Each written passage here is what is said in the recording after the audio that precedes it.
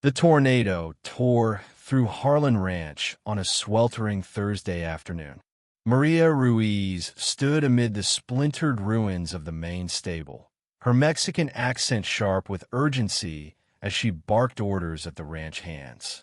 Blood seeped through Tom Harlan's flannel shirt from where a flying plank had slashed his arm, but his gaze wasn't on the injury, it was locked on her. 5 months back, she'd been nothing more than the quiet housekeeper, blending into the background like dust on the Texas plains. Now, she was rallying his crew like a born leader, her dark hair tangled in the dying wind, her skirt ripped and caked with red dirt. She was a force of nature herself, and she was about to vanish from his life for good.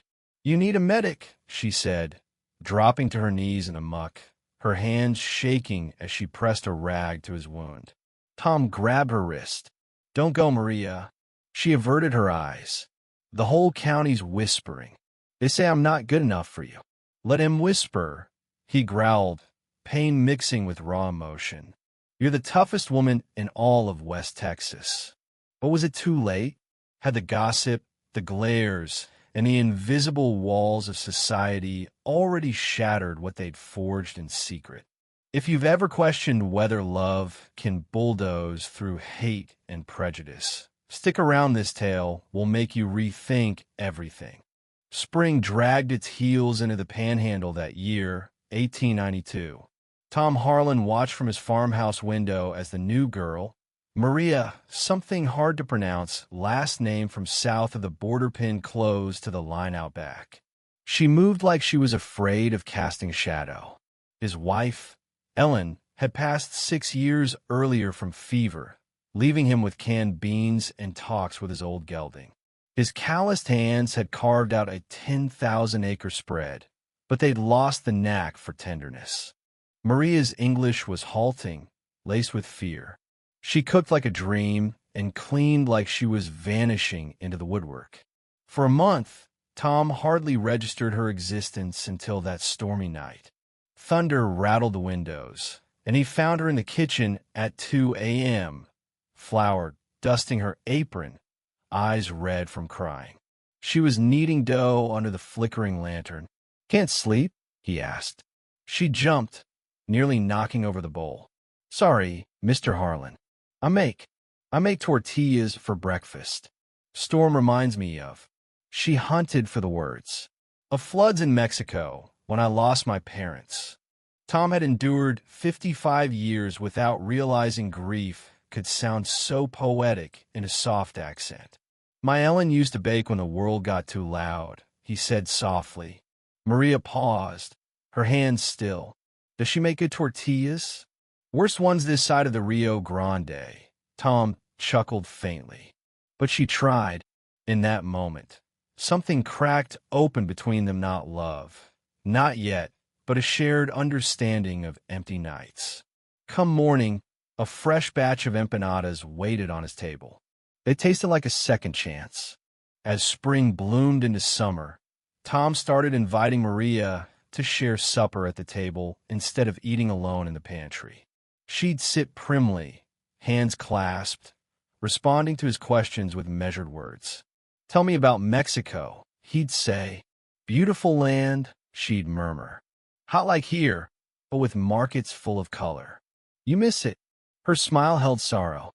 "I miss my brothers, but Texas feels like I could be somebody new." Tom got a frontier was all about reinvention, shedding old skins like a snake.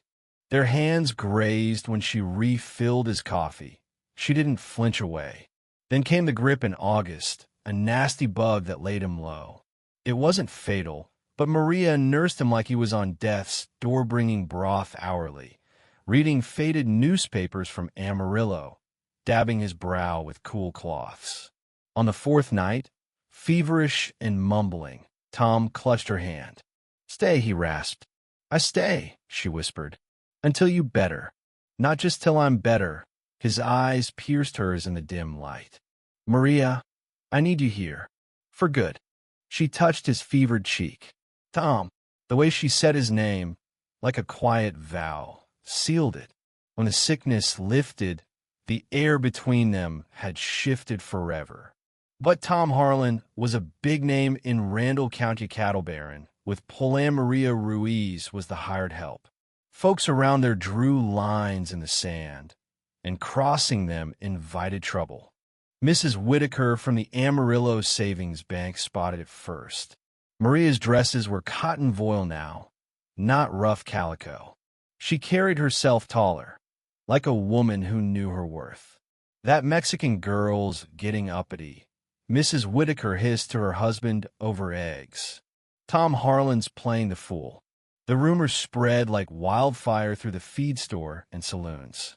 Conversations hushed when Maria walked in. Women sneered behind fans. Men leered with crude interest. Tom ignored the chatter, but he worried for Maria. "We could keep this under wraps," he told her one dusk on the porch, as the sun dipped behind the canyons. Maria faced him squarely. "You ashamed?" "Never." His tone was gravelly. "But this county's got unwritten laws about who belongs with who." She laced her fingers with his. "In Mexico, my papa was a farmhand, poor as dirt, but he loved my mama, who came from merchants. Folks said she was too fine for him." Her grip tightened. They had joy for 40 years. "This ain't Mexico." "No." Her eyes flashed. "This is Texas, the land of the free." The county fair in September blew it all wide open. Tom hadn't shown his face at a social since Ellen's wake, but he strode in with Maria on his arm, she in a sapphire blue gown, him in his finest vest. The fiddles screeched to a halt, jaws dropped. Every soul in the pavilion gawked. Tom felt Maria's nails dig into his sleeve, but she held her head high. "Evening, neighbors," Tom said coolly. "Fine night for a hoedown." The music stumbled back to life, but the poison was in the air. All night, men asked Maria to dance them polite, others with smirks that made Tom's blood boil. Buck Lawson, the next biggest rancher, pulled her too tight during a two-step. "Easy there, Buck." Tom's warning cut through the crowd. Lawson's sneer was venomous. "Just being neighborly to your maid." The word landed like a slap. Maria stepped away, flushed. "I need some air." Tom trailed her to the corral, where she gripped the rail, knuckles white. "Maria, they're wrong." She didn't turn. "They are right. I am a maid. You are the ranch king. Different worlds." He moved close, inhaling her faint rose scent. "Turn around." Her eyes shimmered with tears. "You're not my maid anymore," he said low. "You're the woman I'm falling for hard." Her breath hitched. "Tom, I don't care what they think." "What do you think?" She scanned his face. "I think you're the kindest man I know." He cradled her cheek, rough palm on soft skin. "And you're the most stunning woman I've laid eyes on." Their kiss erased the world, just lips, warmth, her whisper of his name. But worlds like theirs don't erase easily. Come dawn, the backlash hit. A posse of Amarillo's elite mayor Hargrove, banker Whitaker, Sheriff Klein, and a few more rode up to Harlan Ranch at sunup, hats low like judges. Tom met them on the porch, coffee steaming, stance loose but eyes hard. "What brings you, gentlemen?" Mayor Hargrove's smile was fake as fool's gold. "A word about standards in our fine county." Sheriff Klein chimed in. "Texas is pushing for progress. We gotta look respectable." "And I ain't." Banker Whitaker leaned in. "We think you're risking your rep-paying hours with that girl. She's not from around here. Not your kind." From the window, Maria watched Tom's fistball. His voice cracked like thunder. "You got 5 seconds to ride off my land, for I lose my temper." They scattered, but the threat lingered. Toe the line or pay. That evening, Maria found Tom brooding over bourbon in his study. "I heard," she said softly. He looked up. "Maria, I quit." The words gutted him. "What?" "I quit. I'm going tomorrow. You find a proper wife, a proper life." Her voice held steady, but tears fell. Tom surged to his feet, chair toppling. "Like hell you are." "Tom, please." He gripped her arms. "You think I care about those blowhards?" About this town's narrow minds. You should. Texas, your home. These people are your kin. No, he roared softly. You're my home now. They can rot. Maria's eyes gleamed with fragile hope. Instead of words, he kissed her fiercely, pouring out years of solitude. She yielded, hands clutching his shirt, bodies pressing close. He hoisted her up, legs wrapping his waist as he carried her to the bedroom, doors slamming shut. In the glow, she was radiant as Maria. His fingers fumbled her buttons. Her gasps filled the air until the crash outside shattered it all. Wood cracking, horses whinnying, shouts echoing. They froze, half-clothed, hearts pounding. Fire! Maria gasped. Tom snatched his shotgun, peering out to see flames devouring his prize stallion stall. The warning was clear. Some boundaries came with flames. By morning, the fire was quenched, but the stall Iona blue-ribbon thoroughbred worth a fortune was gone, choked by smoke. A scrawled note on the gate, send the foreigner packing. Maria stood in the charred mess, ashen-faced with guilt. This is my fault. No, Tom's jaw set like stone. This is cowardice. But while he tallied losses with his foreman, Maria packed and slipped toward town. She got 4 miles before Tom's horse thundered up. Wordless, he dismounted and enveloped her. She pounded his chest. Let me go. I bring ruin. You bring life, he murmured into her hair. She sagged, sobbing. They burn your stable. Kill your horse, what next? Hurt you. He held firm. Let try. I'm not letting you run. 3 weeks later, the twister struck. Maria was folding linens when the sky turned black, a funnel clawing the earth straight for the ranch. She yelled for the hands to secure the livestock, then bolted to the stable where Tom tended a lame colt. The wind howled like a demon. The roof ripped away in chunks. Tom shoved Maria toward the root cellar as a beam crashed down, gashing his arm and knocking him flat. Her scream vanished in the roar. When the storm cleared, Maria dug him out, blood pooling.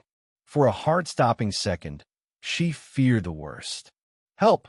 She commanded the stunned hands. But they looked to her, not the foreman. Fetch boards, make a litter. Now! Her accent cut through, voice ironclad. You heard her, the lead hand barked. Move! Tom came 3 days later to the Amarillo docks office, and Maria's weary face was the first sight. You're up, she whispered, beaming through fatigue. Ranch okay.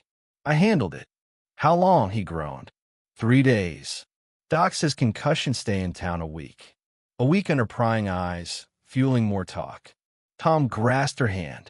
Maria, marry me. Her eyes widened. Tom, you're addled.